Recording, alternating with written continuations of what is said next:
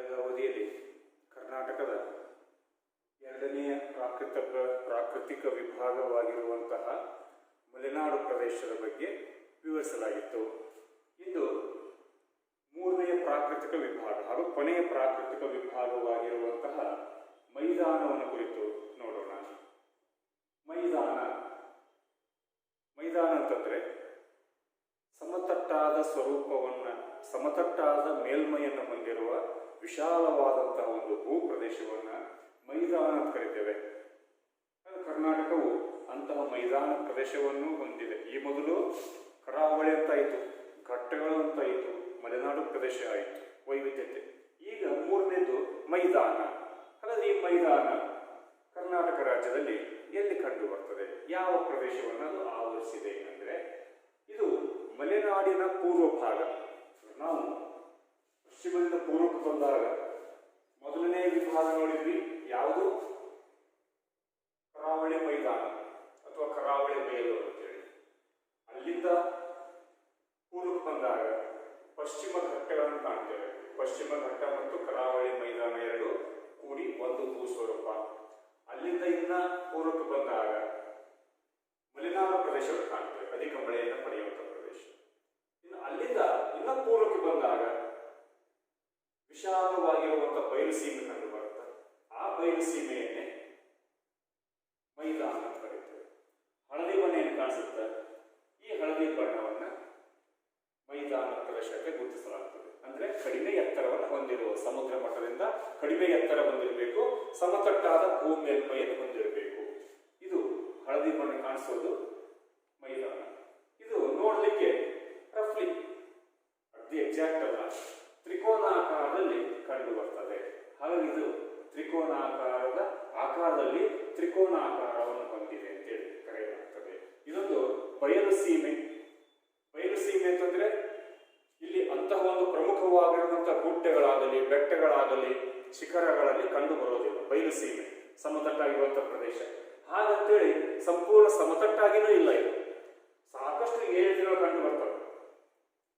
ಮೈದಾನ ಅಂತ ಕರೆಯಲ್ಪಟ್ಟರೂ ಸಹಿತ ಅದು 450ರಿಂದ 1200 ಮೀಟರ್ ಎತ್ತರದವರೆಗೆ, 1200 ಮೀಟರ್ ವರೆಗೆ ಎತ್ತರದಲ್ಲಿ ವ್ಯತ್ಯಾಸವನ್ನು ಹೊಂದದೆ. ಅಂದ್ರೆ ಏರಿತವುಳ್ಳ ಪ್ರದೇಶವಾಗಿದೆ. ಪ್ರಧಾನವಾಗಿರುವಂತಹ ಹೇಳಿಕೊಳ್ಳುವಂತಹ ಬೆಟ್ಟ ಗುಡ್ಡ ಆಮೇಲೆ ಶಿಖರಗಳು ಕಂಡು ಬರದೇ ಇದ್ದರೂ ಸಹಿತ ತಗ್ಗು ದಿಣ್ಣೆಗಳು ಅಧಿಕ ಪ್ರಮಾಣದಲ್ಲಿ ಕಂಡು ಬರ್ತವೆ. ಸಂಪೂರ್ಣವಾಗಿ ಸಮತಟ್ಟಾಗಿಲ್ಲ. ನಾವು ಗಂಗಾ ಮೈದಾನ, ಸಿಂಧು ಮೈದಾನ ಅಂತ ಕರಿತೀವಲ್ಲ, ಅಷ್ಟು ಸಮತಟ್ಟಾದ ಪ್ರದೇಶ ಅಲ್ಲ. ಆದರೂ ಅಲ್ಲಲ್ಲಿ ಏರಿಗಳು ಕಂಡು ಬಂದರೂ ವಿಶಾಲವಾಗಿರುವಂತಹ ಪ್ರದೇಶವಾಗಿದೆ. ಪ್ರಧಾನವಾಗಿರುವಂತಹ ಲಕ್ಷಣಗಳು ಅಂದ್ರೆ ಪ್ರಧಾನವಾದಂತಹ ಎತ್ತರವಾದ ಸ್ವರೂಪಗಳು ಕಂಡು ಬರುವುದಿಲ್ಲ. ಹಾಗಾಗಿ ಈ ಬಯಲು ಸೀಮೆಯನ್ನ ಮೈದಾನ ಅಂತೇಳಿ ಪರಿಗಣಿಸಲಾಗ್ತದೆ. ಈ ಸಂಪೂರ್ಣ ಮೈದಾನ ಪ್ರದೇಶವು ಗ್ರಾನೈಟ್ ಶಿಲೆಗಳು ಖಚಿತವಾಗಿದೆ. ಅಗ್ನಿಶಿಲೆಗಳು ಎರಡು ವಿಧಗಳು, ಒಂದು ಬಾಸಾಲ್ಟ್, ಇನ್ನೊಂದು ಗ್ರಾನೈಟ್ ಅಂತೇಳಿ. ಇದು ಗ್ರಾನೈಟ್ ಶಿಲೆಯಿಂದ ರಚಿತಗೊಂಡಿರುವಂತಹ ಭೂಭಾಗ, ಕಣಶಿಲೆ ಅಂತ ಕರೀತೇವೆ. ಆ ಒಂದು ಗ್ರಾನೈಟ್ ಕಣಶಿಲೆ ಇಲ್ಲಿರುವಂತಹ ಭೂ ಮೇಲ್ಮೈಯನ್ನ ಆವರಿಸಿದೆ. ಈ ಮೈದಾನ ಪ್ರದೇಶವು ಅನೇಕ ಅಂಶಗಳಲ್ಲಿ ಸಾಕಷ್ಟು ವೈವಿಧ್ಯತೆಯನ್ನು ಹೊಂದಿದೆ. ಯಾವ್ಯಾವ ಅಂಶಗಳಲ್ಲಿ ವೈವಿಧ್ಯತೆ ಹೊಂದಿದೆ ಅಂತಂದ್ರೆ ಮಳೆಯಲ್ಲಿ ಸಾಕಷ್ಟು ವೈವಿಧ್ಯತೆಯನ್ನು ಹೊಂದಿದೆ ಈ ಪ್ರದೇಶ. ಉತ್ತರದೊಳಗೆ ಹೋದ್ರೆ ನಿರಂತರವಾಗಿ ಬರಪೀಡಿತ ಪ್ರದೇಶಗಳು ಕಂಡು ಬರ್ತವೆ. ಮಧ್ಯ ಭಾಗದಲ್ಲಿ ಸ್ವಲ್ಪ ಪಶ್ಚಿಮಕ್ಕೆ ಬಂದ್ರೆ ಅಲ್ಲಿ ಅಧಿಕ ಮಳೆಯಾಗುತ್ತಾ, ಮತ್ತು ದಕ್ಷಿಣಕ್ಕೆ ಅಧಿಕ ಮಳೆಯಾಗುತ್ತಾ, ಪೂರ್ವಕ್ಕೆ ಹೋದ್ರೆ ಮತ್ತೆ ಅಲ್ಲಿ ಕಡಿಮೆ ಮಳೆಯಾಗುತ್ತೆ. ಮಳೆಯಲ್ಲಿ ಸಾಕಷ್ಟು ವೈವಿಧ್ಯತೆ ಈ ಭಾಗದಲ್ಲಿ ಕಂಡು ಬರ್ತದೆ. ಒಮ್ಮೊಮ್ಮೆ ಅತಿವೃಷ್ಟಿಯಾಗುತ್ತಾ, ಒಮ್ಮೊಮ್ಮೆ ಅನಾವೃಷ್ಟಿಯಾಗಿರುತ್ತದೆ. ಪ್ರವಾಹ ಮತ್ತು ಬರಗಾಲ ನಿರಂತರವಾಗಿ ಸಂಭವಿಸುವಂತಹ ಒಂದು ಭಾಗ ಈ ಮೈದಾನ ಪ್ರದೇಶವಾಗಿದೆ. ಮಣ್ಣು, ಇಲ್ಲಿರುವಂತಹ ಮಣ್ಣಿನಲ್ಲಿ ಸಹಿತ ಸಾಕಷ್ಟು ವೈವಿಧ್ಯತೆ ಕಂಡು ಬರ್ತದೆ. ಹೆಚ್ಚಿನ ಪ್ರಮಾಣದಲ್ಲಿ ಕಪ್ಪು ಮಣ್ಣು ಕಂಡು ಬರ್ತದೆ, ಆದರೆ ಅಲ್ಲಲ್ಲಿ ಕೆಂಪು ಮಣ್ಣು ಸಹಿತ ಕಂಡು ಬರ್ತದೆ. ಕಪ್ಪು ಮಣ್ಣು ಅಂತ ಹೇಳಿಕೊಂಡ್ರೆ ಕಪ್ಪು ಮಣ್ಣಿನಲ್ಲಿನೂ ಸಾಕಷ್ಟು ವೈವಿಧ್ಯತೆ ಕಂಡು ಬರ್ತದೆ. ಕೆಲವೊಂದು ಕಡೆ ಆಳವಾದ ಕಪ್ಪು ಮಣ್ಣು ಕಂಡು ಬರ್ತದೆ, ಕೆಲವೊಂದು ಕಡೆ ಕಡಿಮೆ ಆಳದ ಕಪ್ಪು ಮಣ್ಣು ಕಂಡು ಬರ್ತದೆ. ಕೆಂಪು ಮಣ್ಣು ಮರಳು ಮಿಶ್ರಿತ ಕೆಂಪು ಮಣ್ಣು, ಗೋಡು ಕೆಂಪು ಮಣ್ಣು, ಆಮೇಲೆ ಕಪ್ಪು ಮಿಶ್ರಿತ ಕೆಂಪು ಮಣ್ಣು, ಇಂಥೊಂದು ವೈವಿಧ್ಯಮಯವಾಗಿರುವ ಮಣ್ಣು ಸಹಿತ ಇಲ್ಲಿ ಕಂಡು ಬರ್ತದೆ. ಮಳೆಯಲ್ಲಿಯೂ ವೈವಿಧ್ಯತೆ, ಮಣ್ಣಿನಲ್ಲಿಯೂ ವೈವಿಧ್ಯತೆ, ಸಸ್ಯವರ್ಗದಲ್ಲಿಯೂ ವೈವಿಧ್ಯತೆ. ಇಲ್ಲಿ ಅಂತ ಪ್ರಮುಖವಾಗಿರುವ ಸಸ್ಯವರ್ಗ ಬೆಳೆಯೋದಿಲ್ಲ. ಯಾಕಂದ್ರೆ ಮಳೆಯ ಪ್ರಮಾಣ ಹೆಚ್ಚಿನ ಪ್ರದೇಶದಲ್ಲಿ ಕಡಿಮೆಯಾಗಿರುವುದರಿಂದ ಪ್ರಮುಖವಾದಂತಹ ಸಸ್ಯವರ್ಗ ಬೆಳೆಯೋದಿಲ್ಲ. ಸ್ಥಳೀಯವಾಗಿ ಅಧಿಕ ಪ್ರಮಾಣದ ಚಿಕ್ಕ ಪುಟ್ಟ ಕಟ್ಟಿಗಳು, ಮುಳ್ಳಿನ ಗಿಡಗಳು, ಇಂಥವುಗಳು ಮಾತ್ರ ಬೆಳೆತವೆ. ಪ್ರಧಾನ ಭಾಗಗಳು ಬೆಳೆಯುವುದಿಲ್ಲ. ಇನ್ನು ಸ್ವರೂಪಗಳಲ್ಲಿ ಸಹಿತ ವೈವಿಧ್ಯತೆ ಕಂಡುಬರುತ್ತದೆ. ಉತ್ತರ ಭಾಗ, ದಕ್ಷಿಣ ಭಾಗ ಎರಡು ನೋಡಿದಾಗ ಉತ್ತರ ಭಾಗ ಸಮುದ್ರ ಮಟ್ಟದಿಂದ ಕಡಿಮೆ ಎತ್ತರವಾಗಿದೆ, ದಕ್ಷಿಣ ಭಾಗ ಸಮುದ್ರ ಮಟ್ಟದ ಒಮ್ಮೆಲೆ ಹೆಚ್ಚು ಎತ್ತರವಾಗಿದೆ. ಹೀಗೆ ಅನೇಕ ಅಂಶಗಳಲ್ಲಿ ಮೈದಾನ ಪ್ರದೇಶವು, ಈ ಬಯಲುಸೀಮೆಯು ವೈವಿಧ್ಯಮಯವಾಗಿದೆ.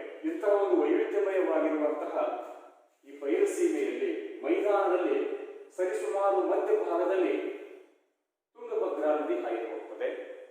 ಆ ತುಂಗಭದ್ರಾ ನದಿಯು ಈ ಮೈದಾನವನ್ನ ಎರಡು ವಿಭಾಗಗಳಾಗಿ ವರ್ಗೀಕರಣ ಮಾಡ್ತದೆ. ಒಂದು ಮೇಲಿನ ಭಾಗವನ್ನ ಉತ್ತರ ಮೈದಾನ ಅಂತ ಕರಿತೇವೆ, ಕೆಳಗಿನ ಭಾಗವನ್ನ ದಕ್ಷಿಣ ಮೈದಾನ ಅಂತ ಕರಿತೇವೆ. ತುಂಗಭದ್ರಾ ನದಿಯಿಂದ ಮೇಲಿದ್ದು ಉತ್ತರ ಮೈದಾನ, ಕೆಳಗಿದ್ದು ದಕ್ಷಿಣ ಮೈದಾನ.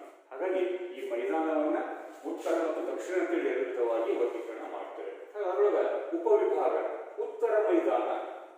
ಉತ್ತರ ಮೈದಾನವು ಬೀದರ್, ಗುಲ್ಬರ್ಗ, ರಾಯಚೂರು, ಬಳ್ಳಾರಿ, ವಿಜಯಪುರ, ಬಾಗಲಕೋಟೆ, ಬೆಳಗಾವಿ, ಕೊಪ್ಪಳ, ಗದಗ, ಧಾರವಾಡ ಮತ್ತು ಹಾವೇರಿ ಸುಮಾರು 11 ಜಿಲ್ಲೆಗಳಲ್ಲಿ ತನ್ನ ವ್ಯಾಪ್ತಿಯನ್ನು ಹೊಂದಿದೆ. ಉತ್ತರ ಮೈದಾನ ಅಂತೇಳಿ ಕರೀತೇವೆ. ಈ ಉತ್ತರ ಮೈದಾನದಲ್ಲಿ ಮಳೆಯ ಪ್ರಮಾಣ ಬಹಳ ಕಡಿಮೆ. ಯಾವಾಗಲೂ ಒಮ್ಮೆ ಅಧಿಕ ಮಳೆ ಆಗ್ತದೆ ಮತ್ತು ದೀರ್ಘ ಅವಧಿ ಮಳೆ ಆಗೋದಿಲ್ಲ ಇಲ್ಲ. ಆಗಾಗ ಸ್ಥಳೀಯವಾಗಿ ಬರಗಾಲ ಇಲ್ಲಿ ಸಂಭವಿಸ್ತಾ ಇರ್ತದೆ. ಹಾಗಾಗಿ ವಿಶಿಷ್ಟವಾಗಿರುವಂತಹ ಗಮನಾರ್ಹವಾದಂತಹ ಸಸ್ಯವರ್ಗ ಈ ಉತ್ತರ ಮೈದಾನದಲ್ಲಿ ಕಂಡು ಬರುವುದಿಲ್ಲ. ಇಲ್ಲಿ ಗುಡ್ಡಗಳು ಅಧಿಕ ಪ್ರಮಾಣದಲ್ಲಿ ಕಂಡು ಬರ್ತವೆ. ಚಿಕ್ಕ ಪುಟ್ಟ ಗುಡ್ಡಗಳು ಅಧಿಕ ಪ್ರಮಾಣದಲ್ಲಿ ಕಂಡು ಬರ್ತವೆ.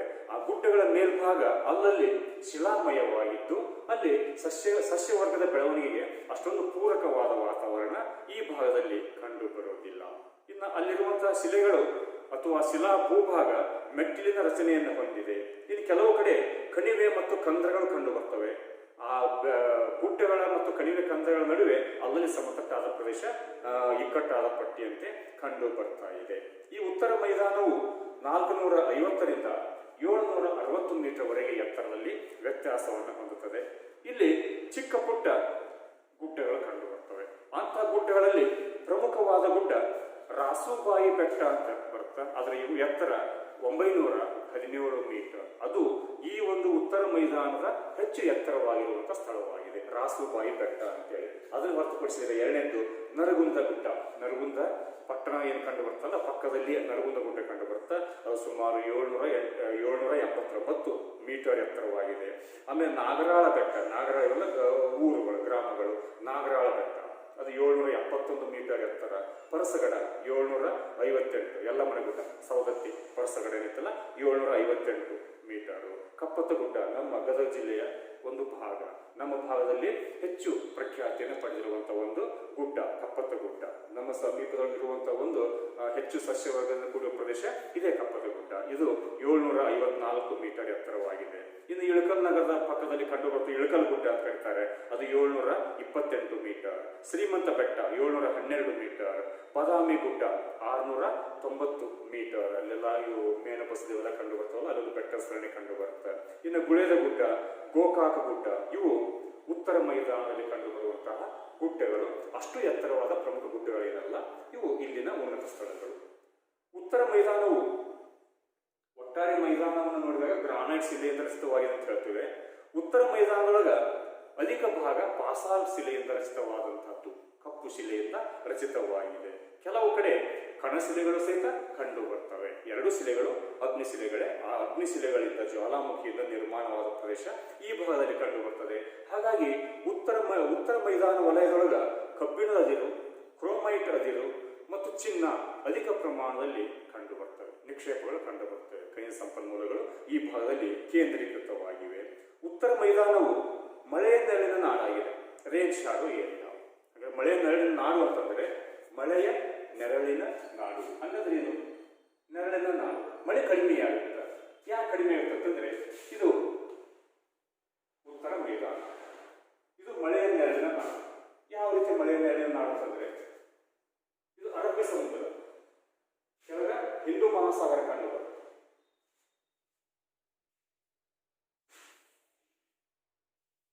ಇದು ಕೆಳಗ ಹಿಂದೂ ಮಹಾಸಾಗರ, ಇಲ್ಲಿ ನಮ್ಮ ಭಾರತ ಕಂಡು ಬರುತ್ತೆ, ದೇಶ ಕಂಡು ಬರುತ್ತೆ. ರಫ್ಲಿ ಇಲ್ಲಿ ಕರ್ನಾಟಕ ಕಂಡು ಬರುತ್ತೆ. ಇದು ಅರಬ್ಬಿ ಸಮುದ್ರ. ಇಲ್ಲಿ ಏನಾಗುತ್ತೆ, ಜೂನ್ 1ರಿಂದ ಮನ್ಸೂನ್ ಮಾರುತಗಳು ಪ್ರಾರಂಭವಾಗುತ್ತವೆ. ಮನ್ಸೂನ್ ಮಾರುತಗಳು ಹಿಂದೂ ಮಹಾಸಾಗರದ ಮೇಲೆ ಉಗಮ ಹೊಂದಿ ಸೆಕೆಂಡ್ ಸೆಮಿಸ್ಟರ್ ಕ್ಲೈಮೇಟ್ ಬಂದಿರುತ್ತೆ. ಋತುಮಾನಿಕ ಮಾರುತಗಳು ಅಂತೇಳಿ ಹಿಂದೂ ಮಹಾಸಾಗರದಲ್ಲಿ ಉಗಮ ಹೊಂದಿ ಉತ್ತರಕ್ಕೆ ಬೀಸುತ್ತವೆ. ಉತ್ತರಕ್ಕೆ ಬೀಸುವಾಗ ಸಮಭಾಜಕ ವೃತ್ತವನ್ನು ದಾಟಿದೊಡನೆ ಸರಳ ನಿಯಮದ ಪ್ರಕಾರ ಏನಾಗ್ತವೆ, ತಮ್ಮ ಬಲಗಡೆಗೆ ದಿಕ್ಕು ಬದಲಾಯಿಸಿ ಅರಬ್ಬಿ ಸಮುದ್ರದ ಮೇಲಿಂದ ಭಾರತವನ್ನು ಪ್ರವೇಶ ಮಾಡ್ತವೆ. ಭಾರತವನ್ನು ಪ್ರವೇಶ ಮಾಡಿದಾಗ ಇಲ್ಲೇ ಪಶ್ಚಿಮ ಭಾರತದೊಳಗೆ ಕರಾವಳಿ ಪ್ರದೇಶ, ಪಶ್ಚಿಮ ಕರಾವಳಿ ಕರ್ನಾಟಕ, ಇಲ್ಲಿ ಈ ಕಡೆಯಿಂದ ನೈಋತ್ಯದಿಂದ ಪ್ರವೇಶ ಮಾಡ್ತವೆ. ನೈಋತ್ಯದಿಂದ ಪ್ರವೇಶ ಮಾಡಿದಾಗ ಈ ನಿನ್ನೆ ಮೊನ್ನೆ ಕಳೆದ ಒಂದು ವರ್ಗದಲ್ಲಿ ಹೇಳಿರುವಂತೆ ಪಶ್ಚಿಮ ಘಟ್ಟಗಳವರೆಗೆ ದಕ್ಷಿಣೋತ್ತರವಾಗಿ ಈ ಎತ್ತರವಾದ ಪಶ್ಚಿಮ ಘಟ್ಟಗಳಿಗೆ ಈ ಮನ್ಸೂನ್ ಮಾರುತಗಳು, ನೈಋತ್ಯ ಮನ್ಸೂನ್ ಮಾರುತಗಳು ಬಂದು ತಲುಪ್ತವೆ. ಘಟ್ಟಕ್ಕೆ ಬಡಿದಾಗ ಮೇಲೆ ಇರ್ತವೆ. ಮೇಲೆ ಏರಿದಾಗ ಉಷ್ಣಾಂಶ ಕಡಿಮೆಯಾಗುತ್ತೆ. ಉಷ್ಣಾಂಶ ಕಡಿಮೆಯಾಗಿ ಘನೀಕರಣ ಕ್ರಿಯೆ ಪ್ರಾರಂಭವಾಗಿ ಸಾಕಷ್ಟು ಮಳೆಯಾಗ್ತದೆ. ಹಾಗಾದ್ರೆ ಈ ಕಡೆಯಿಂದ ಬೀಚ್ ಬರ್ತವ, ಇಲ್ಲಿ ಪಶ್ಚಿಮ ಘಟ್ಟಗಳು ಕಂಡು ಬರ್ತವ. ಪಶ್ಚಿಮ ಘಟ್ಟಕ್ಕೆ ಬರಲು ಮೇಲೆ ಇರ್ತವೆ. ಮೇಲೇರಿ ಮೋಡ ನಿರ್ಮಾಣವಾಗಿ ಈ ಪಶ್ಚಿಮ ಘಟ್ಟಗಳ ನೆತ್ತಿ ಮತ್ತು ಪಶ್ಚಿಮ ಬದಿಗೆ ಸಾಕಷ್ಟು ಮಳೆಯನ್ನು ಸುರಿಸುತ್ತವೆ. ಮುಂದೆ ಗಾಳಿಗಳು ಏನಾಗ್ತವೆ, ಕೆಳಗಿಳಿತವೆ. ಕೆಳಗಿಳಿಬೇಕಾದ್ರೆ ಏನಾಗುತ್ತೆ, ಗಾಳಿಗಳು ಶುಷ್ಕವಾಗ್ತವೆ. ಶುಷ್ಕವಾಗುವುದರಿಂದ ನೀರಾವರಿ ಪ್ರಮಾಣ ಕಡಿಮೆಯಾಗುತ್ತಾ, ಬಿಸಿಯಾಗುತ್ತವೆ, ಉಷ್ಣಾಂಶ ಹೆಚ್ಚಿಯಾಗುತ್ತಾ, ಇಲ್ಲಿ ಮಳೆಯಾಗಲಿಕ್ಕೆ ಸಾಧ್ಯತೆ ಸಂಭವನೀಯತೆ ಅತಿ ಕಡಿಮೆಯಾಗುತ್ತದೆ. ಯಾಕಂದ್ರೆ ಹಿಂದೆ ಆಗಲೇ ಇಲ್ಲೇ ಬೆಟ್ಟಗಳಿಗೆ ತಲುಪಿ ಮೇಲೇರಿ ತಮ್ಮ ತೇವಾಂಶ ಕಳೆದುಕೊಂಡು ಬಿಡ್ತವೆ. ಮುಂದೆ ಬೀಸಬೇಕಾದ್ರೆ ಶುಷ್ಕವಾಗಿ ಬೀಸ್ತವೆ. ಹಾಗಾದ್ರೆ ಇಲ್ಲಿಂದ ಮುಂದೆ ಉತ್ತರ ಮೈದಾನವನ್ನು ಅವರು ಪ್ರವೇಶ ಮಾಡಬೇಕಾದ್ರೆ ಇಲ್ಲೇ ಬರ್ತವೆ. ಮೇಲೇರಿ ಘನೀಕರಣ ಮಳೆ ಸುರಿಸ್ತವೆ. ಮುಂದೆ ಕೆಳಗಿಳಿದು ಈ ಕಡೆ ಬೀಸಬೇಕಾದ್ರೆ ಆಗಲೇ ತೇವಾಂಶ ಕಡಿಮೆಯಾಗಿರುತ್ತದೆ. ಹಾಗಾಗಿ ಉತ್ತರ ಮೈದಾನವು ವಿರಳ ಮಳೆಯನ್ನು ಪಡೆಯುತ್ತದೆ. ಮಳೆ ಅಧಿಕ ಪ್ರಮಾಣದಲ್ಲಿ ಕಂಡು ಬರುವುದಿಲ್ಲ. ಹಾಗಾಗಿ ಇದನ್ನ ಮಳೆಯ ನೆರಳಿನ ನಾಡು ಅಂತೇಳಿ ಕರೆಯಲಾಗುತ್ತದೆ. ಅಂತಹ ಒಂದು ಮಳೆಯ ನೆರಳಿನ ನಾಡಾಗಿರುವಂತಹ ಉತ್ತರ ಮೈದಾನವು ವಾರ್ಷಿಕ ಸರಾಸರಿ 70 ಸೆಂಟಿಮೀಟರ್ನಷ್ಟು ಮಾತ್ರ ಮಳೆಯನ್ನು ಪಡೆಯುತ್ತದೆ. ಕೆಲವೊಂದು ವರ್ಷ ಅದು ಸಹಿತ ಅನಿಶ್ಚಿತ. ಆ 70 ಸೆಂಟಿಮೀಟರ್ ಮಳೆಯ ಸಹಿತ ಇಲ್ಲಿ ಅನಿಯಮಿತವಾಗಿರುತ್ತದೆ. ಸರಿಯಾದ ಸಮಯಕ್ಕೆ ಅದು ಆಗುವುದಿಲ್ಲ. ಇದು ಕೃಷಿ ಅಭಿವೃದ್ಧಿ ಹೊಂದಬೇಕಾದಂಥ ಪ್ರದೇಶ, ಕೃಷಿಕರು ಹೆಚ್ಚಿಗೆ ಇರುವಂತಹ ಪ್ರದೇಶ. ಆದರೆ ಮಳೆಯ ವೈಫಲ್ಯದಿಂದಾಗಿ ವ್ಯವಸಾಯವು ಅಷ್ಟೊಂದು ಇಲ್ಲಿ ಅಭಿವೃದ್ಧಿ ಹೊಂದಲಿಕ್ಕೆ ಸಾಧ್ಯವಾಗಿಲ್ಲ. ಆದರೆ ಇತ್ತೀಚೆಗೆ ಅಲ್ಲಲ್ಲಿ ನೀರಾವರಿ ಯೋಜನೆಗಳನ್ನು ರೂಪಿಸಲಾಗಿದೆ. ಆ ನೀರಾವರಿಯ ಮೂಲಕ ಕೃಷಿ ಅಭಿವೃದ್ಧಿ ಹೊಂದಿದೆ. ಆದರೆ ಮಳೆ ಮಾತ್ರ ಇಲ್ಲಿ ಪ್ರಮಾಣ ಅತ್ಯಂತ ಕಡಿಮೆಯಾಗಿದೆ. ಏಕೆಂದರೆ ಇದು ಮಳೆಯ ನೆರಳಿನ ನಾಡಾಗಿದೆ. ಇಲ್ಲಿ ಅನೇಕ ನದಿಗಳು ಹರಿಯುತ್ತವೆ. ಆದರೆ ಅವುಗಳು ಕೆಲವೊಂದು ಪ್ರದೇಶಗಳಲ್ಲಿ ನಿಯತಕಾಲಿಕವಾಗಿರ್ತವೆ. ಅಂದ್ರೆ ಮನ್ಸೂನ್ ಅವಧಿಯಲ್ಲಿ ತುಂಬಿ ಹರಿತವೆ, ಬೇಸಿಗೆಯಲ್ಲಿ ಬತ್ತಿ ಹೋಗ್ತವೆ. ಅಂತ ಪ್ರಮುಖ ನದಿಗಳು ಯಾವಪ್ಪ ಅಂತಂದ್ರೆ ಇಲ್ಲಿ ಹರಿಯುವ ಪ್ರಧಾನ ನದಿ ಕೃಷ್ಣಾ ನದಿ, ನಂತರ ತುಂಗಭದ್ರಾ, ಘಟಪ್ರಭಾ, ಮಲಪ್ರಭಾ, ಭೀಮಾ, ಮಾಂಜರ, ಕಾರಂಜ ಇವು ಪ್ರಧಾನ ನದಿಗಳಾಗಿವೆ. ಇವುಗಳಲ್ಲಿ ಅನೇಕ ಉಪನದಿಗಳಿಗೆ ಮತ್ತು ಪ್ರಧಾನ 2 ನದಿಗಳಿಗೆ ಜಲಾಶಯಗಳನ್ನು ನಿರ್ಮಾಣ ಮಾಡಲಾಗಿದೆ. ಜಲಾಶಯಗಳನ್ನು ನಿರ್ಮಾಣ ಮಾಡಿ ವಿವಿಧೋದ್ದೇಶ ಯೋಜನೆಗಳನ್ನು ರೂಪಿಸಿ ಕೃಷಿಗೆ ನೀರನ್ನು ಪೂರೈಕೆ ಮಾಡಲಾಗ್ತದೆ. ಆಮೇಲೆ ವಿದ್ಯುತ್ತನ್ನು ಸಹಿತ ಉತ್ಪಾದನೆಯನ್ನು ಮಾಡಲಾಗ್ತದೆ. ಆದರೆ ಇವುಗಳು ಆಗಲೇ ಹೇಳಿದಂಗೆ ನಿಯತಕಾಲಿಕ ನದಿಗಳಾಗಿವೆ. ನಮ್ಮ ನೀರಾವರಿ ಅವಶ್ಯಕತೆ ಬೇಸಿಗೆಯಲ್ಲಿ ಇರ್ತದೆ. ಆ ಅವಶ್ಯಕತೆ ಇರುವಂತಹ ಪ್ರದೇಶದಲ್ಲಿ ಪ್ರಸಂಗದಲ್ಲಿನೇ ಈ ನದಿಗಳು ಕೆಲವೊಮ್ಮೆ ಬತ್ತಿ ಹೋಗಿ ಬಿಡ್ತವೆ. ಹಾಗಾಗಿ ಕೃಷಿ ಸಂಪೂರ್ಣವಾಗಿ ಅಭಿವೃದ್ಧಿ ಹೊಂದಲಿಕ್ಕೆ ಸಾಧ್ಯತೆ ಇಲ್ಲಿ ಕಡಿಮೆಯಾಗಿದೆ. ಇವುಗಳಲ್ಲಿ ಬಿಜಾಪುರ, ಬಾಗಲಕೋಟೆ, ಗುಲ್ಬರ್ಗ, ರಾಯಚೂರು, ಬಳ್ಳಾರಿ, ಕೊಪ್ಪಳ ಸುಮಾರು ಒಂದು 40% ಪ್ರದೇಶವು ಇಂದು ನೀರಾವರಿ ಸೌಲಭ್ಯವನ್ನು ಪಡೆದಿದ್ದು, ನೀರಾವರಿಯಿಂದ ಇವತ್ತು ಅಲ್ಲಿ ಅಧಿಕ ಪ್ರಮಾಣದಲ್ಲಿ ಕೃಷಿಯು ಅಭಿವೃದ್ಧಿ ಹೊಂದಲಿಕ್ಕೆ ಸಾಧ್ಯವಾಗಿದೆ. ಇನ್ನು ಒಟ್ಟಾರೆ ಈ ಉತ್ತರ ಮೈದಾನ ಅಂತ ಹೇಳ್ಕೊಂಡ್ರೆ ಇಲ್ಲಿನ ಪ್ರಮುಖ ಬೆಳೆಗಳು ಯಾವಪ್ಪ ಅಂತಂದ್ರೆ ಜೋಳ ಪ್ರಧಾನ ಬೆಳೆ. ಆಮೇಲೆ ಇಲ್ಲಿದು ಜೋಳ ಪ್ರಮುಖ ಆಹಾರ ಧಾನ್ಯವೂ ಹೌದು. ಹಾಗಾಗಿ ಜೋಳ, ಎರಡನೇದು ಗೋಧಿ, ನೆಕ್ಸ್ಟ್ ಹತ್ತಿ, ಶೇಂಗಾ, ಎಣ್ಣೆಕಾಳುಗಳು, ಸಜ್ಜೆ, ನವಣೆ, ತರಕಾರಿ, ಮೆಣಸಿನಕಾಯಿ ಮೊದಲಾದವುಗಳನ್ನು ಅಧಿಕ ಪ್ರಮಾಣದಲ್ಲಿ ಬೆಳೆಯಲಾಗ್ತದೆ. ಮಣ್ಣನ್ನು ನೋಡಿದಾಗ ಉತ್ತರ ಮೈದಾನವು ಹೆಚ್ಚಿನ ಪ್ರಮಾಣದಲ್ಲಿ ಬ್ಲ್ಯಾಕ್ ಸಾಯಿಲ್, ಕಪ್ಪು ಮಣ್ಣನ್ನು ಹೊಂದಿದೆ. ಅದು ಸ್ಥಳೀಯವಾಗಿ ಎರೆ ಮಣ್ಣು ಅಂತ ಕರಿತೇವೆ ನಾವು. ಅಂತ ಒಂದು ಎರೆ ಮಣ್ಣು ಈ ಉತ್ತರ ಮೈದಾನದಲ್ಲಿ ಹೆಚ್ಚಿನ ಭಾಗದಲ್ಲಿ ಕಂಡು ಬರ್ತದೆ. ಇನ್ನು 2ನೇ ಉಪವಿಭಾಗ ದಕ್ಷಿಣ ಮೈದಾನ. ದಕ್ಷಿಣ ಮೈದಾನವು ಚಿತ್ರದುರ್ಗ, ದಾವಣಗೆರೆ, ಶಿವಮೊಗ್ಗ, ಚಿಕ್ಕಮಗಳೂರು, ಹಾಸನ, ಕೋಲಾರ, ಮಂಡ್ಯ, ಮೈಸೂರು, ಬೆಂಗಳೂರು ಮತ್ತು ತುಮಕೂರಿನ ಕೆಲವು ಪ್ರದೇಶಗಳನ್ನು ಒಳಗೊಂಡಿದೆ. ಇದು ದಕ್ಷಿಣ ಮೈದಾನ. ಇನ್ನು ಉತ್ತರ ಮತ್ತು ದಕ್ಷಿಣ ಮೈದಾನಕ್ಕೆ ವ್ಯತ್ಯಾಸಗಳೇನಪ್ಪಾ ಅಂತಂದ್ರೆ ಉತ್ತರ ಮೈದಾನವು ಹೆಚ್ಚು ಸಮತಟ್ಟಾಗಿದೆ. ದಕ್ಷಿಣ ಮೈದಾನವು ಸ್ವಲ್ಪ ಏರಿತವಾಗಿದೆ. ಉತ್ತರಕ್ಕಿಂತ ದಕ್ಷಿಣ ಮೈದಾನವು ಹೆಚ್ಚು ಎತ್ತರವಾಗಿದೆ. ಸಮುದ್ರ ಮಟ್ಟದಿಂದ ಅದು ಹೆಚ್ಚು ಎತ್ತರವಾಗಿದೆ. ಹಾಗೆ ಹೆಚ್ಚು ಎತ್ತರವಾಗಿರುವುದರಿಂದ ಅಲ್ಲಿ ಮಳೆಯ ಪ್ರಮಾಣ ಅಧಿಕವಾಗಿದೆ. ಅಂದರೆ ವ್ಯತ್ಯಾಸ, ಉತ್ತರಕ್ಕಿಂತ ದಕ್ಷಿಣ ಮೈದಾನವು ಹೆಚ್ಚು ಎತ್ತರದಲ್ಲಿದೆ. ಆಮೇಲೆ ಉತ್ತರಕ್ಕಿಂತ ಹೆಚ್ಚು ಮಳೆಯನ್ನ ಪಡಿತದೆ. ಆಮೇಲೆ ಉತ್ತರಕ್ಕಿಂತ ತಂಪು ವಾತಾವರಣವನ್ನ, ಹಿತಕರವಾದ ಆಹ್ಲಾದಕರವಾದ ವಾತಾವರಣವನ್ನ ದಕ್ಷಿಣ ಮೈದಾನವು ಹೊಂದಿದೆ. ನಮ್ಮಲ್ಲಿ ಈ ಜೋಳ, ಹತ್ತಿ, ಶೇಂಗಾ ಅಂತ ಹೇಳಿದ್ವಿ. ದಕ್ಷಿಣ ಕರ್ನಾಟಕಕ್ಕೆ, ದಕ್ಷಿಣ ಮೈದಾನಕ್ಕೆ ಹೋದರೆ ಅಲ್ಲಿ ಬೆಳೆಯುವಂಥ ಪ್ರಮುಖ ಬೆಳೆ ಯಾವಪ್ಪ ಅಂದ್ರೆ ಭತ್ತ ಮತ್ತು ಕಬ್ಬು. ಇವೆರಡೂ ವ್ಯಾಪಕವಾಗಿ ಬೆಳೆಯುವಂಥ ಬೆಳೆಗಳು. ಕಾರಣ ಏನಪ್ಪಾ ಅಂತಂದ್ರೆ, ಭತ್ತ ಮತ್ತು ಕಬ್ಬು ಯಾಕಷ್ಟು ವ್ಯಾಪಕವಾಗಿ ಬೆಳೀತು ಅಂತಂದ್ರೆ, ಅಲ್ಲಿ ಕಾವೇರಿ ಮತ್ತು ಅದರ ಉಪನದಿಗಳಿಗೆ ಯೋಜನೆಗಳನ್ನು ರೂಪಿಸಿ ಅಲ್ಲಿರುವಂತಹ ವಿಶಾಲ ಪ್ರದೇಶಕ್ಕೆ ನೀರಾವರಿ ಸೌಲಭ್ಯ ಕಲ್ಪಿಸಲಾಗಿದೆ. ಅದು ಹೆಚ್ಚು ಕಡಿಮೆ ಅವುಗಳು ದೀರ್ಘಕಾಲ ನೀರಿನಿಂದ ಹರಿಯುವಂತಹ ನದಿಗಳಾಗಿವೆ. ಅದಕ್ಕೆ ಕಾವೇರಿ ನದಿಯನ್ನು ಜೀವನ ಸಹಿತ ಕರೆಯಲಾಗ್ತದೆ. ಆ ಒಂದು ನದಿ ಜಾಲದಿಂದಾಗಿ ಹೆಚ್ಚಿನ ಭಾಗವು ನೀರಾವರಿ ವ್ಯಾಪ್ತಿಗೆ ಒಳಪಟ್ಟಿದೆ. ಹಾಗಾಗಿ ಕಬ್ಬು ಮತ್ತು ಭತ್ತವನ್ನು ವ್ಯಾಪಕವಾಗಿ ಅಲ್ಲಿ ಬೆಳೆಯಲಾಗ್ತದೆ. ಜೊತೆಗೆ ಅಲ್ಲಲ್ಲಿ ಹುಲ್ಲುಗಾವಲುಗಳು ಕಂಡು ಬರ್ತವೆ ಅಲ್ಲಿ. ಆಮೇಲೆ ದಟ್ಟವಾದ ಅರಣ್ಯಗಳು ಅಲ್ಲಲ್ಲಿ ಸ್ವಲ್ಪ ಪ್ರಮಾಣದಲ್ಲಿ ಕಂಡು ಬರ್ತವೆ. ಹಾಗಾಗಿ ಪಶುಪಾಲನೆ ಸಹಿತ ಅಲ್ಲಿ ಹೆಚ್ಚಿನ ಪ್ರಮಾಣದಲ್ಲಿ ಕಂಡು ಬರ್ತದೆ. ನೀರಾವರಿಗೆ ಆ ಪ್ರದೇಶ ಪೂರಕವಾಗಿದೆ, ಯಾಕೆಂದ್ರೆ ಅಲ್ಲಿ ಮಳೆ ಪ್ರಮಾಣನೇ ಅಧಿಕವಾಗಿದೆ. ಹಾಗಾಗಿ ನೀರಾವರಿಗೆ ಸೂಕ್ತವಾಗಿದೆ. ಅಲ್ಲಿ ದಕ್ಷಿಣದ ಗಂಗೆ ಅನಿಸಿರುವಂತಹ ಕಾವೇರಿ ನದಿ, ಪುಣ್ಯ ನದಿ, ಪವಿತ್ರ ನದಿ ಅಂತ ಹೇಳ್ತೇವೆ. ಆ ಜೀವ ನದಿಯು ಈ ಒಂದು ಪ್ರದೇಶವನ್ನು ವ್ಯಾಪಿಸಿರುವುದರಿಂದ ಅದು ವಿಶಾಲವಾದ ಜಲಾನಯನ ಕ್ಷೇತ್ರವನ್ನು ಅಲ್ಲಿ ನಿರ್ಮಿಸಿದೆ. ಹಾಗಾಗಿ ಆ ಕಾವೇರಿ ಹಾಗೂ ಅದರ ಉಪನದಿಗಳಿಗೆ ಅನೇಕ ಯೋಜನೆ ರೂಪಿಸಲಾಗಿದೆ. ಅದಕ್ಕೆ ಉದಾಹರಣೆ KRS, ಕೃಷ್ಣರಾಜಸಾಗರ ಕನ್ನಂಬಾಡಿ ಅಣೆಕಟ್ಟು, KRS, ಆಮೇಲೆ ಹೇಮಾವತಿ, ಕಪಿಲ, ಕಬಿನಿ, ಹಾರಂಗಿ ಯೋಜನೆಗಳು ಆ ಭಾಗದಲ್ಲಿ ತಮ್ಮ ವ್ಯಾಪ್ತಿಯನ್ನು ಹೊಂದಿವೆ. ಹಾಗಾಗಿ ಅದು ಹೆಚ್ಚು ಕೃಷಿಗೆ ಅಭಿವೃದ್ಧಿ ಹೊಂದಲಿಕ್ಕೆ ಅನುಕೂಲವಾಗಿದೆ. ಇನ್ನು ಈ ಒಂದು ಪ್ರದೇಶದಲ್ಲಿ ಮೈಸೂರಿನ ಕೆಳಭಾಗದಲ್ಲಿರುವಂತಹ ಕೃಷ್ಣರಾಜಸಾಗರ ಅಣೆಕಟ್ಟು ಅತ್ಯಂತ ಪ್ರಸಿದ್ಧಿಯನ್ನು ಪಡೆದಿರುವಂತಹ ಒಂದು ಪ್ರದೇಶವಾಗಿದೆ. ಇಲ್ಲಿರುವಂತಹ ಹೂದೋಟ, ಗಾರ್ಡನ್ ಜಗದ್ವಿಖ್ಯಾತವಾಗಿದೆ. ವೈವಿಧ್ಯಮಯವಾಗಿರುವಂತಹ ಹೂಗಳಿಂದ ಕೂಡಿರುವಂತಹ ಸುಮಾರು 70 ಎಕರೆ ಪ್ರದೇಶದ ಈ ಹೂದೋಟವು ಜಗತ್ಪ್ರಸಿದ್ಧವಾಗಿದೆ.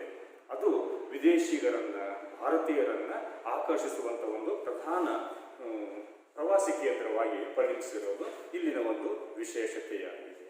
ಜೊತೆಗೆ ದಕ್ಷಿಣದಲ್ಲಿ ನೀಲಗಿರಿ ಬೆಟ್ಟಗಳಿಂದ ಸುಮಾರು 16ರಿಂದ 30 ಕಿಲೋಮೀಟರ್ ಅಗಲವಾದ ಒಂದು ಎತ್ತರವಾದ ಶ್ರೇಣಿ ಕಂಡು ಬರುತ್ತೆ. ಅದನ್ನ ಪಾವಗಡ ಶ್ರೇಣಿ ಅಂತ ಕರೀತೇವೆ. ಅದು ಒಂದು ಬೆಟ್ಟದ ಒಂದು ಸರಣಿ ಈ ಭಾಗದಲ್ಲಿ ಕಂಡು ಬರ್ತದೆ. ಇಲ್ಲಿ ಅನೇಕ ಉನ್ನತ ಸ್ಥಳಗಳು ಕಂಡು ಬರ್ತವೆ. ಆ ಉನ್ನತ ಸ್ಥಳಗಳಲ್ಲಿ ಪ್ರಮುಖವಾದದ್ದು ಬಿಳಿಗಿರಿ ರಂಗನ ಬೆಟ್ಟ. ಇದರ ಹೆಸರಲ್ಲಿ ಕೇಳಿರ್ತಿರ್ತೀರಿ. ಬಿಳಿಗಿರಿ ರಂಗನ ಬೆಟ್ಟ 1497, ಅದು ಇಲ್ಲಿನ ಅತ್ಯುನ್ನತ ಸ್ಥಳವಾಗಿದೆ. ಇನ್ನು ಅದನ್ನು ಹೊರತುಪಡಿಸಿದರೆ ನಂದಿದುರ್ಗ, ಗೋಪಾಲ ಸ್ವಾಮಿ ಬೆಟ್ಟ, ಶಿವಗಂಗಾ, ದೇವರಾಯ ದುರ್ಗ, ಚಾಮುಂಡಿ ಬೆಟ್ಟ ಇವು ಇತರೆ ಉನ್ನತ ಸ್ಥಳಗಳಾಗಿರುತ್ತವೆ. ಇಲ್ಲಿ ಇನ್ನೊಂದು ವಿಶೇಷತೆ, ಕಾವೇರಿ ನದಿಯ ಮಧ್ಯದಲ್ಲಿ ಶ್ರೀರಂಗಪಟ್ಟಣ ನೆಲೆಸಿದೆ. ಅಲ್ಲಿ ಕಾವೇರಿ ನದಿ 2 ಕೌಲುಗಳಾಗಿ ಹರಿದಿದೆ. ಅದು ದ್ವೀಪ ಪ್ರದೇಶ ಶ್ರೀರಂಗಪಟ್ಟಣ. ಐತಿಹಾಸಿಕ ಪ್ರಸಿದ್ಧಿ ಪಡೆದಂತಹ ಐತಿಹಾಸಿಕ ಕೇಂದ್ರ ಹೌದು, ಧಾರ್ಮಿಕ ಕೇಂದ್ರ ಹೌದು, ಒಂದು ದ್ವೀಪವಾಗಿ ಪರಿಣಮಿಸಿರುವಂತಹದ್ದು. ಅದು ಸಹಿತ ಒಂದು ಪ್ರವಾಸಿ ತಾಣವಾಗಿ ಪರಿಣಮಿಸಿದ್ದು. ಅದು ಕಾವೇರಿ ನದಿಯ ಮಧ್ಯದಲ್ಲಿ ಕಂಡು ಬಂದಿದ್ದು, ನಿರ್ಮಾಣವಾಗಿದ್ದು. ಅದು ಒಂದು ದ್ವೀಪದಂತೆ ನಮಗೆ ಕಾಣ್ತಾ ಇರ್ತದೆ. ಮುಂದೆ ರಂಗನತಿಟ್ಟು, ಅದು ಒಂದು ಇಲ್ಲಿಂದ ಶ್ರೀರಂಗಪಟ್ಟಣ ಮುಂದೆ ಹೋದರೆ ಸುಮಾರು ಒಂದು 3-4 ಕಿಲೋಮೀಟರ್ ಮುಂದೆ ಹೋದರೆ ಅಲ್ಲಿ ಒಂದು ದ್ವೀಪ ಪ್ರದೇಶ ಕಂಡು ಬರುತ್ತೆ, ರಂಗನತಿಟ್ಟು ಅಂತೆ. ಅಲ್ಲಿ ಒಂದು ಎತ್ತರವಾದ ಪ್ರದೇಶ. ಅಲ್ಲಿ ಮತ್ತು ಕಾವೇರಿ ನದಿ ಆ ಕಡೆ ಈ ಕಡೆ ಕವಲುಗಳಾಗಿ ಹರಿದಿದೆ. ಅದು 2ನೇ ಒಂದು ಚಿಕ್ಕ ದ್ವೀಪ. ಅದು ರಂಗನತಿಟ್ಟು ಪ್ರಸಿದ್ಧ ಪಕ್ಷಿಧಾಮ. ಅಲ್ಲಿ ಕೆಲವೊಂದು ವರ್ಷದ ಒಂದು ಅವಧಿಯಲ್ಲಿ ಆಸ್ಟ್ರೇಲಿಯಾದಿಂದ ಪಕ್ಷಿಗಳು ಬರ್ತಾವಂತ ಅಲ್ಲಿ ವಲಸೆ ಬಂದು ತಮ್ಮ ಸಂತತಿಯನ್ನ ಅಲ್ಲಿ ಬೆಳೆಸಿಕೊಂಡು ಪುನಃ ಅಲ್ಲಿಗೆ ಹೋಗ್ತಾವಂತ. ಹಾಗಾಗಿ ಆಸ್ಟ್ರೇಲಿಯಾದಿಂದಲೂ ಪಕ್ಷಿಗಳನ್ನ ಆಕರ್ಷಿಸುವಂತಹ ಒಂದು ಹಿತಕರವಾದ ವಾತಾವರಣ ಈ ರಂಗನತಿಟ್ಟಿನಲ್ಲಿ ಕಂಡು ಬರುತ್ತದೆ. ಮುಂದೆ ಹೋದಾಗ ಶಿವಸಮುದ್ರದ ಬಳಿ ಕಾವೇರಿ ನದಿಯು ಗಗನಚುಕ್ಕಿ ಮತ್ತು ಭರಚುಕ್ಕಿ ಅನ್ನುವಂಥ ಜಲಪಾತಗಳಲ್ಲಿ ನಿರ್ಮಾಣ ಮಾಡಿದೆ. ಇವುಗಳು ಈ ದಕ್ಷಿಣ ಮೈದಾನದ ಒಂದು ಪ್ರಮುಖ ಆಕರ್ಷಣೀಯ ತಾಣಗಳಾಗಿ ಕಂಡು ಬರ್ತವೆ. ಇನ್ನು ಮೈಸೂರಿನ ಆಗ್ನೇಯದಲ್ಲಿ ಆ ಒಂದು ಪ್ರದೇಶದ ದೈವ ಚಾಮುಂಡಿ ಬೆಟ್ಟ ಕಂಡು ಬರ್ತದೆ. ಅಲ್ಲೇ ಚಾಮುಂಡಿ ದೇವಿಯ ಒಂದು ಸ್ಥಾನ. ಅದು ಒಂದು ಪ್ರಸಿದ್ಧ ಯಾತ್ರಾ ಸ್ಥಳವಾಗಿದೆ. ಅದು ಒಂದು ದೇವಸ್ಥಾನವೂ ಆಗಿದೆ. ಹಾಗಾಗಿ ರಾಜ್ಯದ ಶಕ್ತಿ ಕೇಂದ್ರ ಅಂತ ಕರಿತೇವೆ. ಅಂಥ ಶಕ್ತಿ ಕೇಂದ್ರಗಳಲ್ಲಿ ಚಾಮುಂಡಿ ಬೆಟ್ಟವು ಸಹಿತ ಒಂದಾಗಿರುವುದು ಅಲ್ಲಿನ ಒಂದು ವಿಶೇಷತೆ. ಅಂದರೆ ಉತ್ತರಕ್ಕಿಂತ ದಕ್ಷಿಣದೊಳಗೆ ಸ್ವಲ್ಪ ಅಧಿಕ ಪ್ರಮಾಣದಲ್ಲಿ ಹಿತಕರವಾದ ವಾತಾವರಣ, ಆಮೇಲೆ ಪ್ರೇಕ್ಷಣೀಯ ಸ್ಥಳಗಳು, ಒಂದಿಷ್ಟು ಉತ್ತಮವಾಗಿರುವ ಸಂಯೋಜನೆ ಆ ಭಾಗದಲ್ಲಿ ಕಂಡು ಬರ್ತದೆ. ನಮ್ಮದು ಬಯಲು ಸೀಮೆಯಾಗಿರೋದ್ರಿಂದ ಇಲ್ಲಿ ಅರಣ್ಯ ಪ್ರದೇಶನೂ ಕಡಿಮೆ, ಮಳೆಯ ಪ್ರಮಾಣವೂ ಕಡಿಮೆ, ಕೃಷಿಯು ಸಂಪೂರ್ಣವಾಗಿ ಅಭಿವೃದ್ಧಿ ಹೊಂದಿಲ್ಲ. ಇವಿಷ್ಟು ಉತ್ತರ ಮೈದಾನ ಮತ್ತು ದಕ್ಷಿಣ ಮೈದಾನಕ್ಕೆ ಇರುವಂತಹ ಒಂದು ವ್ಯತ್ಯಾಸಗಳಾಗಿವೆ. ಹೀಗೆ ಒಟ್ಟಾರೆ ಈ ಹಳದಿ ಬಣ್ಣದ ಕಾಣಿಸುವ ತ್ರಿಕೋನಾಕಾರದ್ದು ಇದನ್ನ ಮೈದಾನ ಪ್ರದೇಶ ಅಂತ ಹೇಳಿ ಪರಿಗಣಿಸಲಾಗ್ತದೆ. ಆ ಮೈದಾನ ಪ್ರದೇಶವನ್ನೇ 2 ವಿಭಾಗಗಳಾಗಿ ವರ್ಗೀಕರಣ ಮಾಡ್ತೇವೆ. ಮಧ್ಯದಲ್ಲಿ ಹರಿದಿರುವಂತಹ ತುಂಗಭದ್ರೆಯ ಮೇಲ್ಭಾಗ ಉತ್ತರ ಮೈದಾನ, ಕೆಳಗಿದು ದಕ್ಷಿಣ ಮೈದಾನ. ಹೀಗೆ ಒಟ್ಟಾರೆ ಕರ್ನಾಟಕದ ಭೂಮೇಲ್ಮೈಯನ್ನ ಅಲ್ಲಿ ಕಂಡು ಬರುವಂತಹ ಒಂದು ಪ್ರಾಕೃತಿಕ ಲಕ್ಷಣಗಳ ಆಧಾರದ ಮೇಲಿಂದ ಕರಾವಳಿ ಪ್ರದೇಶ, ಮಲೆನಾಡು, ಮುಂದೆ ಮೈದಾನ ಅಂತ 3 ಪ್ರಾಕೃತಿಕ ವಿಭಾಗಗಳನ್ನಾಗಿ ವರ್ಗೀಕರಣವನ್ನು ಮಾಡಲಾಗಿದೆ. ಇಷ್ಟಕ್ಕೆ ಕರ್ನಾಟಕದ ಪ್ರಾಕೃತಿಕ ವಿಭಾಗಗಳನ್ನೋದು ಮುಕ್ತಾಯವಾಗುತ್ತದೆ. ಇನ್ನು ಮುಂದಿನ ಅವಧಿಯೊಳಗೆ ಕರ್ನಾಟಕದ ನದಿಗಳು, ಅವುಗಳ ಬಗ್ಗೆ ವಿವರಿಸೋಣ. ಅದಕ್ಕೆ ಈ ವಿಡಿಯೋ ನೋಡಿ ನೀವು ಮುಗಿದ ತರುವಾಯ ನೋಟ್ಸ್ ಅಂತ ನಿಮ್ಗೆ ಕಳಿಸಿದೆ, ಆಗ ಆಲ್ರೆಡಿ ಅವನ್ನೆಲ್ಲ ನದಿಗಳ ಬಗ್ಗೆ ಸ್ವಲ್ಪ ನೀವು ನೋಡ್ಕೊಳ್ರಿ.